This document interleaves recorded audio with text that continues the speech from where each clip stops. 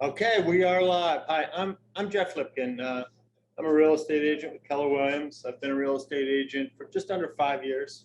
So I just kind of want to talk a little bit about what got me started and successful, because I think that first couple of years of being a realtor, it's really hard to kind of get some momentum and maybe know, what actions to take, where you're wasting your time and money, right? Real quick, I joined a team, which I frankly recommend for newer agents because it was great for me. I joined a team and they said, Jeff, go do open houses. It's free. And it's a real unique opportunity because if you think about it, it's one of the few opportunities that you have where they're coming to you, right? Think about marketing and lead gen, right? You're constantly going to try to find people. This is one of the few opportunities where somebody legitimately looking to buy or sell come to you, right? So wow, that's huge, especially as a new agent where you have so little money, or the money you have, you really want it to pay off, right? So open houses are almost free, or they could be virtually free depending on how you run your open house. I started completely doing it for free. I put no money into it. And even now I put very little into it. So it's a great opportunity. I did an open house on Sunday at Kelmscott in Rosedale, right next to White Marsh. And I had 9 people through. Actually, I had 13 people through, some are agents. So it was a good open house. So I had 9 people through. I had 5 people say I could call. And as of yesterday, I have 3 new buyers for free. Huge. So here's my story. I started out and I go, okay, I want to learn about open houses, right? And I'm going to steal my ideas from experienced agents because I'm not stupid. So I went per my old team leader, said, go to open houses, see how some people are doing open houses. So I went to open houses. I mean, I was like attacking open houses. And I went in undercover. I had put a fake mustache on, and I went in as a client. And because I was really curious how they were going to handle me. And here's what I discovered. Some agents were nice. Some agents weren't nice. They all were like, sign in right now. Can't let you through the house till you sign in. Everybody wanted me to sign in. They would tell me a little bit about the house, but they really never gave me a reason to use that. So have you done an open house? Every weekend. Okay, not yet? No, every weekend. Every weekend. So I guess what I'm getting at is, do you give them a reason to use you specifically? Probably not. Probably not. You're nice, right? But you want them to sign in.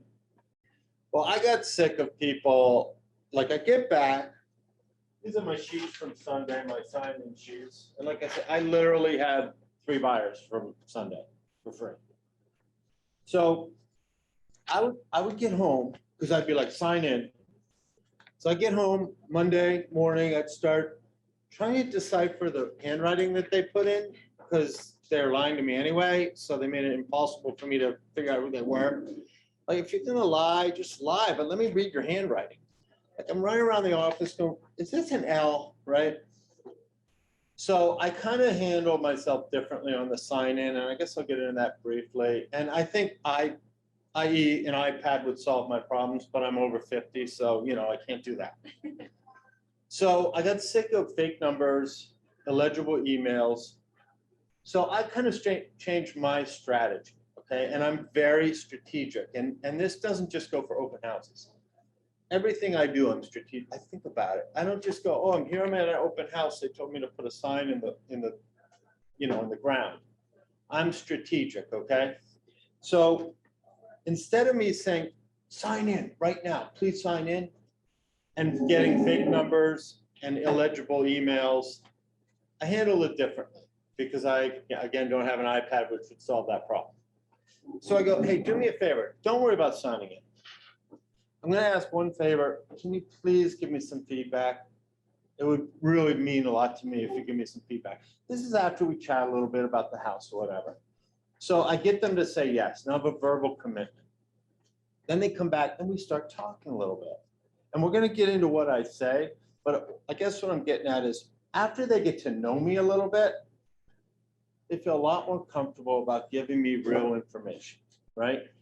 It's kind of like if you were to walk into a used car dealer and go, you walk on their lot and a guy approaches you and you know what he wants. He wants to sell you a car. So what do you say? I'm just looking. I'm just browsing. I'm not a serious buyer, even though you are. You probably need his help, right? But you're like, no, no, no, no. Once they get to know you a little bit, they're going to give you the right information. And if they're not, you never had them anyway. So, my advice is to have a conversation with them, listen what kind of why they're here a little bit. That's been really helpful for me. I stopped getting bad numbers. And now I actually have a rapport with them. So, yeah, so again, after doing that, probably 20 homes, as I said, I'm like, I've got to have a plan, right? I got to have a reason for them to use me. Because not one person, right, including you, no one gave me a specific reason. I didn't tie into anybody's needs, right? Everyone talks about the house, they might talk about, but what's in it for me as a buyer, right? So, again, be strategic. So one of the first things I do is identify whether you're a buyer or seller. If you're a seller and you're coming into my house, why am I trying to talk to you as though you're a buyer? It's two different conversations, right? So if you're a seller, I determine that by saying, hey, so what brought you by? I might even say, are you a tire kicker? Are you from the neighborhood? I might make light of it, but I determine whether they're a buyer or seller. Two conversations. If they're a seller, I start talking about how we prepared the home, how we marketed the home, because they're there to sell their home. Maybe not today, maybe not tomorrow. And the cool thing about that is if they knew 5 realtors, they wouldn't be in the home, more than likely. They might be. But you have a real opportunity to connect with someone selling their home. So I talk about staging, how we get the home ready, how we market the home, how we get CMA. I frankly talk to them about how we might even go into other homes to make sure that the value is right on this home. So again, very strategic. So buyer's a different conversation. So essentially, I have a hook. I call it a hook because I've been a salesman for many years. But it's really not a hook. It's, again, a reason for them to use you. All right, so let's talk about some reasons. I had one of these guys is a policeman. I said, you know what? You're a first responder. We pay for home inspections at settlement for all first responders. Is that a reason for them to use me? Has any other agent done that? I guarantee they haven't. So I'm giving them a reason to use me. That's one of my reasons. Some of it's just knowledge, right? So, and by the way, and I'm happy to do that. It's a small fee on a, $300,000, $400,000 home. So some other hooks would be, talking about the mortgage lender and that process, and making sure they're not using a bank from California, or letting them know that they can kind of farm that out a little bit and make sure that they get the right rates, and let them understand that they roll a lot of the fees into the loan, so you're paying that over 30 years. And if you can get that down a little bit with my help, that's amortized over 30 years at 3.5%, right? So it's not $1,000 that I just saved, it's $3,000. Another hook, another reason. Just one of the things that I have found really helpful is just know your friggin' neighborhood. Somebody comes into an open house, it takes me 10 minutes. I go, hey, guess what? A mile radius from this home, the average home sold for $220. Sold in 7 days. Just wanted to let you know that because I know you're interested in this area or you wouldn't be here, right? So all of a sudden they go, oh, shoot, I need that guy. He knows what's going on in this area, right? He knows what's going on in my market. So again, it's a reason for them to use you. I'll pull someone into the attic. So I'm representing the house. So I can't go, see those stains in the attic? That's bad. I can't do that. I represent the house. But what I can do is say, see how there's no stains in this attic and we're in an old house? That means the roof most likely isn't leaking. It's one of the characteristics of looking at a roof. Or just a shingle outside a roof. Hey, this is a rectangle shingle. It's a 20-year shingle. Here's a slightly triangled shingle. That's an architectural shingle, 30 to 50 years, right? We're giving them reasons to choose you. Oh, this guy knows about homes. I don't want to pick a bad home, go through the whole experience of getting under contract, getting a home inspection, and then having it fall apart because it's, not a good home. I want my realtor to help me with that process. Do you see what I'm saying about giving them a reason? I mean, at the end of today, that's the biggest thing I can tell you guys. And you can kind of cater it to what you're good at, right? So I built homes as a young guy. I can go through a home and look at a foundation. And, if I'm in an old home, I'll go down and say, look for galvanized piping, because that could be very expensive down the road. Of course, there's none here in my open house, but, look at certain type of a wiring, and you don't need to be an engineer to figure some of these things out. Just become really good at a couple things and let them know. So here's the other thing. Well, first of all, let me say that I am very specific about open houses. I don't do $1 million open houses. Don't do them. I don't do $100,000 open houses. Don't do them. Why wouldn't I do $1 million open house? Okay, good answer. I don't do $1 million open houses because I have found that the higher end open houses, the people coming in there, they have a buyer. They have knowledge of agents. They're educated. It's probably not their first home, right? They probably worked up to it. So they have relationships. They're more of a sophisticated buyer. I'm here to get, at least one buyer or seller. So I'm looking at, I'm being strategic. I'm figuring out my odds. So from years of doing this, my odds, I hit 200 to 400. That's my comfort zone. And I sell, I have one that's going to settle in a week that's $750,000. I didn't get it from an open house.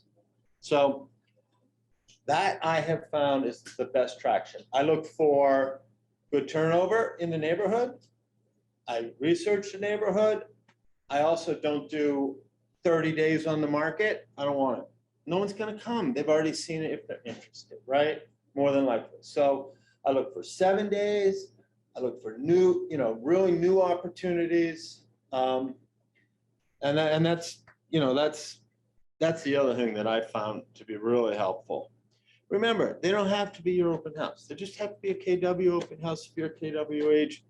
That's what I'm shooting myself in the foot because, they're hard to find right now, specifically the right ones. So make sure you get the right open house or really you're working harder than you should. So marketing the open house. I always put up a sign on the open house saying when it is. It's free. Well, this cost me $8 or something. So I give them so now the neighbors and people driving by go, oh, Sunday at 3 o'clock, there's an open house at that house that's for sale that we were interested in. I put out a ton of signs. They're free. Take the extra 15 minutes, directional signs, 4 signs in the yard, make it look busy, make it look desirable. So I believe in it because it pulls the eye over. But Tina, our old team leader, was like, I don't do balloons, they're bad for the environment. And I just kind of got away from it. But But, you know, I always think about it. I'm like, oh, I wish I had my helium, you know? We use a flag, a one-time a big flag. It's good for the environment. So at the house, Yep, it's a big, you know, those like crazy looking Yeah, ones? yeah. So we'll use one of those. This is the Marathon group. I love that because it's moving too, and that pulls the eye. Strategic. They're thinking strategic. Yeah, and you can reuse them. Like I have one too, but I just went there. Do people- Doesn't matter. So I don't know if, I think frankly, I think it depends on the area. So if you're in a rural area, it probably may not. How many people are really driving by? It's probably more driven from the internet. But if you're in a downtown, yeah. And also remember, if you drive down this road, you'll see an open house sign that's been there for 2 months. Every day. They didn't pick it up. So like having those balloons or something that's lively, you know it's going on right then. You're not like, I'm trying to find this, and you know it's real. So I think it's great. As far as marketing, again, the signs, they're free. Yeah, I dig balloons. I love that idea. The other thing is door knocking. So it's all like cumbersome, right? Like for me, this is what I love, right? I'm a sales guy. I love to figure out like how to make it work, right? So I used to be like, I'm gonna knock on 100 doors. Well, I'm not gonna knock on 100 doors. I wish I could, but you kind of like run out of time or steam. So I made a realistic commitment for myself, which is 10 doors on each side. I take the flyer, I put my signs out. Actually, I knock on my doors first, and then I put my signs out on my way in, which is a mistake. But I just take a flyer, knock on a door, and I said, hey, just want to let you know, this is your one chance to pick your neighbor. Kind of make light of it, make myself approachable, and I have literally gotten sellers, never buyers, but sellers from that, which is really what you want anyway. So I knock on 10 on each side, Facebook Live, pay for some ads through Facebook.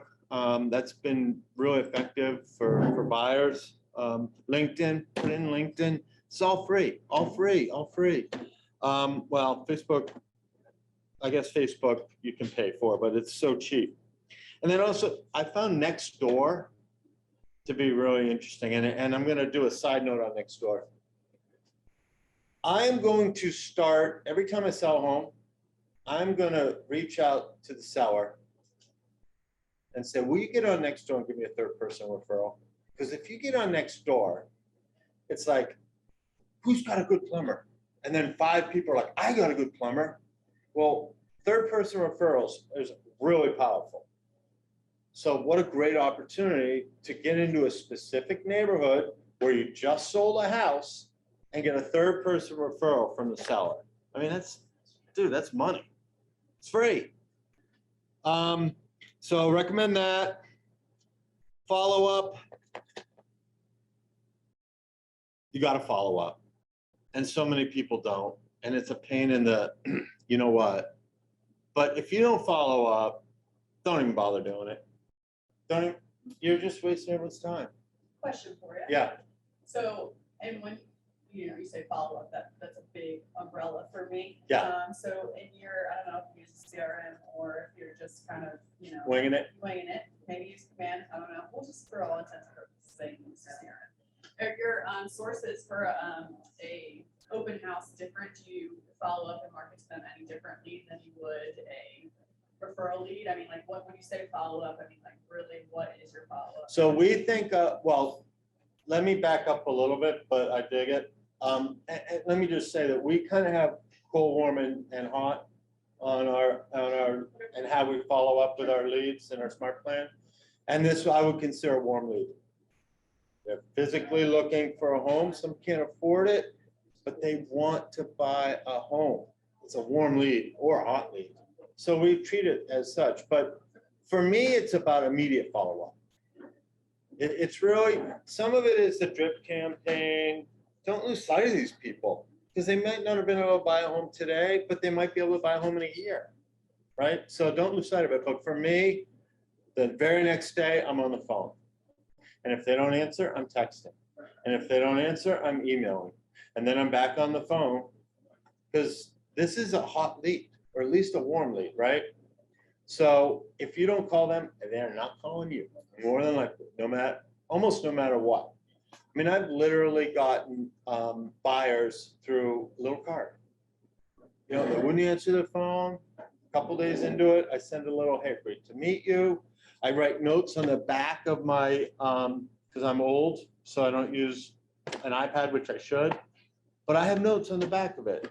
You know, older couple, interested in blah, blah, blah, so that I can follow up on the referrals. You got to know what you're talking about. And if you get, like, I had 13 people through this house. I can't keep that straight. Maybe you can, I can't. So I write little notes so that when I put my little card out and say, hey, look, I know you're interested in blah, blah, blah. So, you know, I happen to have that, which leads me to my next thing. Strategic. So if, and this is for anything, if somebody's not responding to you, they've lost interest, or they're just fallen off, they've ghosted you, what do you do? What do you do to get them back on? Because it's the same with this, right? If they're not responding to you, what do you do? I look at my notes and I go, oh, wow, they're looking for a fixer-upper in the 120 range. I get on the MLS, I find one, and now I have a reason for them to call me, which is what it's all about, i.e. I call it homework. Always love leaving with homework, because it's something they're looking for. You're working for them. You're actually working for them, right? No, you haven't signed a buyer's agreement or anything like that, or a listing agreement, but you're doing a project for them. And so there's an obligation that they're going to feel towards you to at least answer your call, right? I always try to leave with homework. So one of the things I've noticed about open houses is, depending on how busy it is, you have a very short window to make an impression, right? Very short window to make an impression. So I always have a reason, try to have a reason by asking questions, 2 ears, 1 mouth. It's got to be quick. This isn't like, you know, you have a buyer and you're looking at homes and you're building rapport. You have to make a rapport quickly. And I don't think many people do. But I always do. I always try to leave it homework. I always give them a reason to use me, i.e. I know more about houses than other people. I pay for home inspection. Hey, let's get a second opinion on your home mortgage. Is $4,000 in savings worth 10 minutes of your time? You know, I always create a little bit of doubt almost, and I have the answer. Because it's not a normal sales process. You might have 2 minutes, you might have 5 minutes, you might have 10 minutes, but you don't have a lot of time. So what are they looking for? They're looking for someone they like, someone they trust, but mostly they're looking for someone that's going to get them where they want to go, right? So you got to supply those things to them in a quick way. So you're saying that you rely heavily on the quick conversation, like the remembrance, like the whatever you talked about, say it's, that one thing, right? And they leave. Are you leaving them with a marketing material so that they can reference who they just talked to? Because I think the biggest disconnect for us is that they're here, we follow up, but they've been to 7 other houses that day. So yes, everyone in that 7 houses might have a line of, they remember this person, but ultimately, like, do you feel as though you leave them like, here is why I'm valuable, like there's something to leave with? Yeah, so we do cut sheets of the property, and I have a card, and I always try to make sure they have that. It's probably something I could be more strategic about, right? A little bit about me, or here's my 50 great references that are on Zillow, or like, something, another reason for them to call. But yeah, I mean, good point. You're right. Just like I'm like, who is this person? Wait a minute, right? Well, they might be doing the same thing. They might have seen 8 open houses and they go, well, who are you, right? So, yeah, I think that's a really good point and totally valid. So, yeah, call within a day and just keep banging it. I guarantee you, you will get success if you do these things. Here's the other thing I do. So here's my little sheet, right? And on every sheet, I don't call them if they say they have an agent. If they say they have an agent, I do not call them. I don't know if it's legal or not, but I don't do it. I don't think it's right. I think it's perfectly fine for my lender to call them. I email these sheets to my lenders. They love me for it, right? They love me for it. Well, guess what? And I coach them. I'm strategic. I go, hey, don't try to push me right away, because they'll be like, no, I get into it, find a reason why you can help them, and then say, oh, by the way, I think, Jeff Lipkin showed, are you interested? Once they have shown them they can help them, now they're going to be more receptive to using you, right? So yeah, my lenders love me. If I ask them for marketing money, they give it to me. B, they can determine whether somebody really has an agent or not, because they'll put down they have one and they don't, period. So, at the end of the day, we all have different personalities. Some are outgoing, some aren't. And you don't have to be me to be successful or anyone else. You got to figure out what works for you. You got to be strategic. You got to give them a reason to use you. Leave with homework. Make them like you, right? Sometimes I can come on too strong. And I go, shoot, I lost that one. I came on too strong. Be objective on how you're handling it. Evaluate your job, not just here. Every lead gen. That's why KW is like track. Is it broken? Do we need to fix it? If the ratio is 1 out of 20 and you're doing 1 out of 40, you're working awful hard, right? Time to make it a self-observation and make a change, right? So for me, it's a numbers game. I'm not for everybody, but I'm for more than most, right? I got 3 new buyers I'm handing out to my buyer agent. So, yeah, I mean, who's got some questions? Anybody? I appreciate yours. Anybody else? I like your nugget so far about the lender. I think that's an important part that we don't do, that didn't really get thought of previously.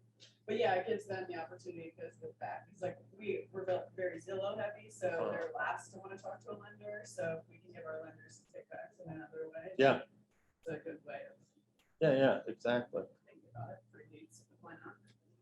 So I used to do 2. I would do 2 on Saturday, 2 on Sunday. So my first year, I sold 20 homes. 18, I think 14 were directly. I sold 18 homes. 14 were directly from open houses. 14 were directly from my first year.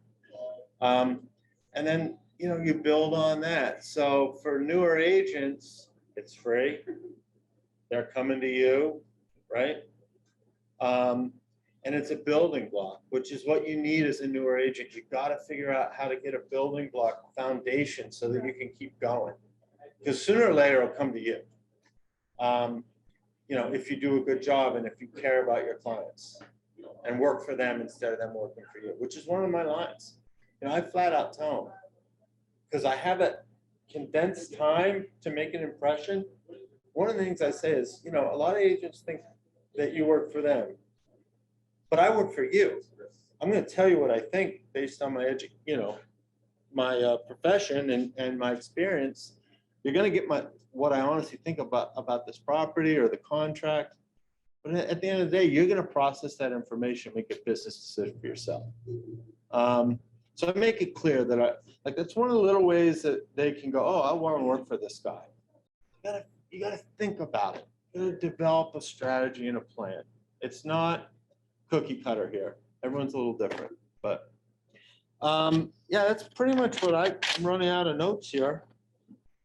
But I love it, and I love getting in front of people. It's who I am. I love helping people, and I try to make that show. I try to make that show in my open houses. So, what do you got? When you do door knocks, where do you what areas do you focus? Is it based on your listings you have? Yeah. So here's my house. I do 5 and 5, 5 and 5. Okay. if I even get to that, but I commit to 10. We sent a postcard out to, like the entire neighborhood that we have a listing in, and then door knock, like what he says, so, yes. And then I'm sure you follow up, right? So you're creating a little geo farm around each one of your listings, Yeah, essentially. essentially, I mean, we do it as much as we can, it's Right. not consistent enough, but I do think that it's 40 cents for a postcard, I mean, you can do 200, and then you have a buyer's agent, if it's a big enough team, if it's or not, why not? If you're already going out there to put signs up, why not? Like, go and say, hey, I just put some signs up, just want to let you know, it's just like it all goes together. You know, Right. And then you'll do just sold to the same people, right? Well, Or not? no. If we're being honest, yeah, no, I mean, it's just, that's what, we're trying to build a system here to be Right. more consistent, but I mean, I definitely think that, with the market slowing down the way it has, we've had a few open houses with nobody coming through. Right. So it's like, is that on us that we're not, even if it's a looky-loo neighbor, it's somebody, Right. and we need to give feedback to sellers at some point, so, I think that if it was more consistent, that would happen. Well, so yeah, geo farming is a whole nother thing. Tim from KW is going to be doing a geo farm. But I dig what you're saying. You're essentially creating a little geo farm around each listing. And they want to know, they want an agent that knows what they're doing. They want an agent, people are selfish. They want an agent that are going to help them out, hook them up. They want an agent that they like. They want an agent that they're trusting, comfortable with their knowledge, right? So I don't know if I spoke enough about, I'm going to wrap this up, but one of the hooks that I use is just knowing the friggin' neighborhood, knowing stats. If you can say to someone, oh, so you're interested in this neighborhood, well, just so you know, the average, like I said earlier, the average home sold in 7 days, sold for just over asking price, or below asking price, so I know this information. I can help you put an offer together that's going to get us to the settlement table. That's a hook. That's a reason for them to use you. So if nothing else, like, oh, here's my open house. I'm going to do a mile radius. This is what's sold. This is what's on the market. And then ask questions. Ask questions, because then you have homework. No homework without questions, right? A reason to get in touch and for them to pick up the phone. So, yeah, open houses, guys. That's where it's at. Thank you.